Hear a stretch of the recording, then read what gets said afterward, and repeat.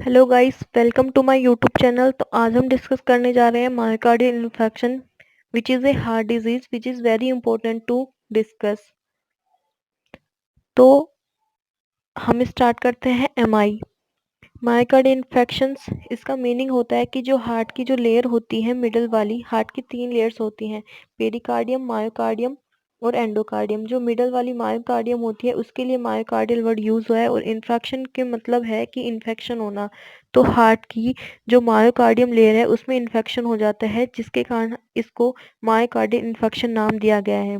Myocardial infarction is necrosis of a part of myocardium due to an insufficient blood supply. The zone of necrosis is usually surrounded by an area of injury which is in turn surrounded by an area of ischemia. इसका meaning ये है कि जो myocardial infection होता है वो basically heart की जब प्रॉपर ब्लड सप्लाई नहीं हो पाता तो उसकी वजह से ये मायोकार्डियल इन्फेक्शन होता है।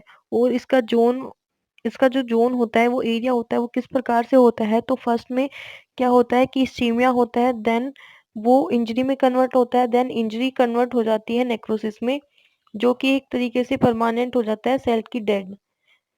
दी abnormal और pathologically Q wave should be, जो क्यू वेव होती है वो मोर देन 2 mm डीप होती है और 25% और more deeper than the height of the ensuing R wave which must exceed 5 mm। तो अब हम हार्ट में वो जोन देखते हैं जहाँ की मायोकार्डियल इन्फेक्शन डेवलप होता है। इसकी स्टार्टिंग होती है इस्चीमिया से। इस्चीमिया का मीनिंग्स होते हैं लॉस ऑफ ब्लड सप्लाई। जो इस्चीमिया होता है लॉस ऑफ ब्लड सप्लाई का कारण है और ईसीजी में इसके अंदर चेंजेस होते हैं, टी वेव इन्वर्जन होता है। उसके बाद इस्चीमिया कन्वर्ट हो जाता है इंजरी में, एक तरीके से घाव, जिसके कारण ईसीजी में एसटी एलिवेशन होता है और जो वो घाव होता है वो कन्वर्ट हो जाता है नेक्रोसिस में, जिसके कारण ईसीजी में क्यूएस कॉम्प्लेक्स प्रेजेंट होता है। नेक्रोसिस के अंदर क्या होता है कि जो हार्ट की जो डेड सेल होती है उसके लिए ये वर्ड यूज होता है कि लास्ट में वो जो सेल होती है वो एक तरीके से डेड हो जाती है, मृत हो जाती है, और फिर वो उसके बाद वो काम नहीं करती और वो जोन पूरी तरीके से नेक्रोस हो जाता है।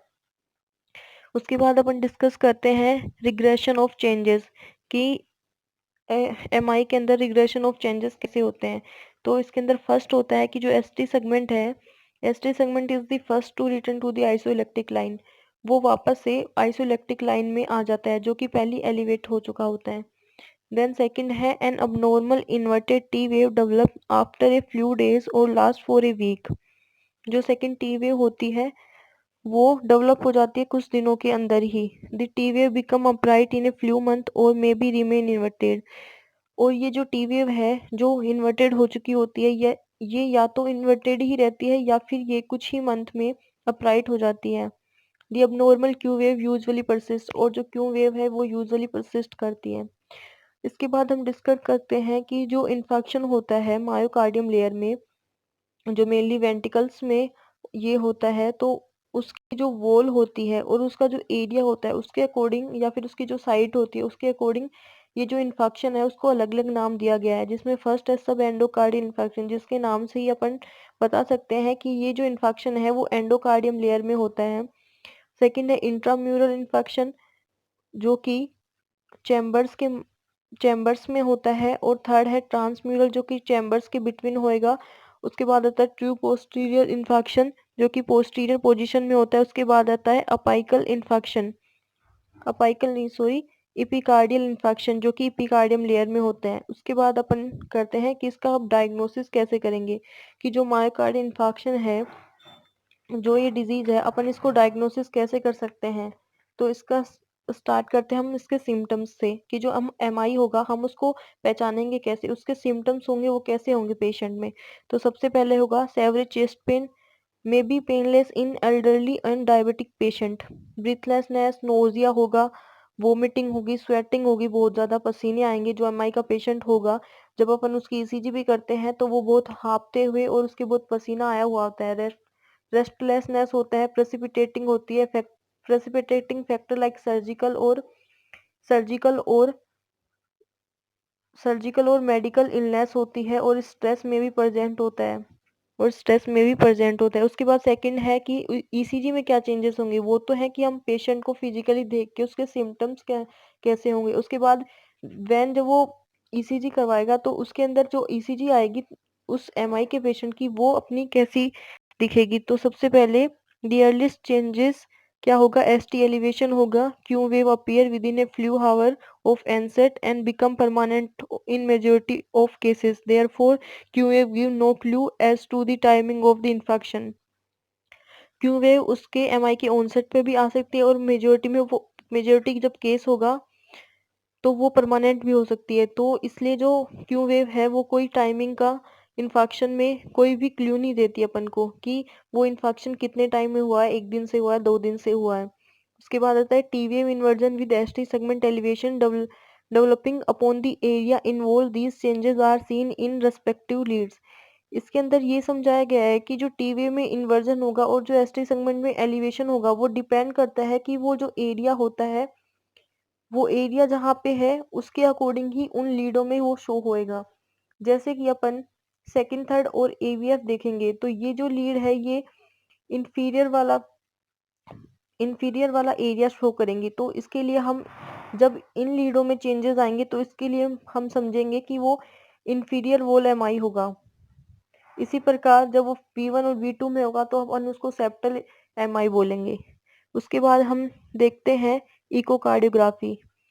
इकोकार्ड मतलब कि जो एमआई होता है अपन उसको डायग्नोस करते हैं, उसके लिए अलग अलग टेक्निक होती है जिसके अंदर एक इको भी होता है। तो इको के द्वारा हम this read as myocardial ischaemia almost immediately by showing wall motion abnormality. तो इको के द्वारा भी अपन उसको डायग्नोस कर सकते हैं। उसके बाद आगे हम देखते हैं अगला डायग्नोस करने का तरीका थैलियम 201 इमेजिंग। इसके द्वारा भी हम एमआई को डायग्नोस कर सकते हैं। This is depend upon the isotope, जो कि आइसोटोप पर डिपेंड होता है। उसके बाद अगला है कि angiography. Angiography done when primary PTCA has to be perform. Angiography तभी होती है जब प्राइमरी में पीटीसीए हम कंप्लीट करें। पीटीसीए का मतलब होता है परक्यूटेनियस ट्रांसल्यूमिनस कोरोनरी एंजियोग्राफी। जब हम ये टेस्ट करवाएंगे उसके बाद एंजियोग्राफी होगी और उसके बाद एमआई का ट्रीटमेंट किया जाता है। एक तरीके से एक ग्राफ्ट किया जाता है कोरोनरी का, क्योंकि जो एरिया होता है जो कि नेक्रोस हो गया है उस तक उससे आगे ब्लड को सप्लाई करने के लिए हम ऐसा करते हैं। उसके बाद दो इम्पोर्टेंट टॉपिक जो फर्स्ट में बताया था मैंने कि व्हेन एमआई अकर से डायबिटिक पेशेंट तो उसको पेन नहीं होगा, और कुछ टाइम मतलब कभी कभी ऐसे होता है कि पेशेंट सडनली डेड हो जाता है। तो इसको ये जो कंडीशन होती है it is also called silent attack. Second topic है अपना कि 6 hour of MI is golden period because in this time the patient will be recover.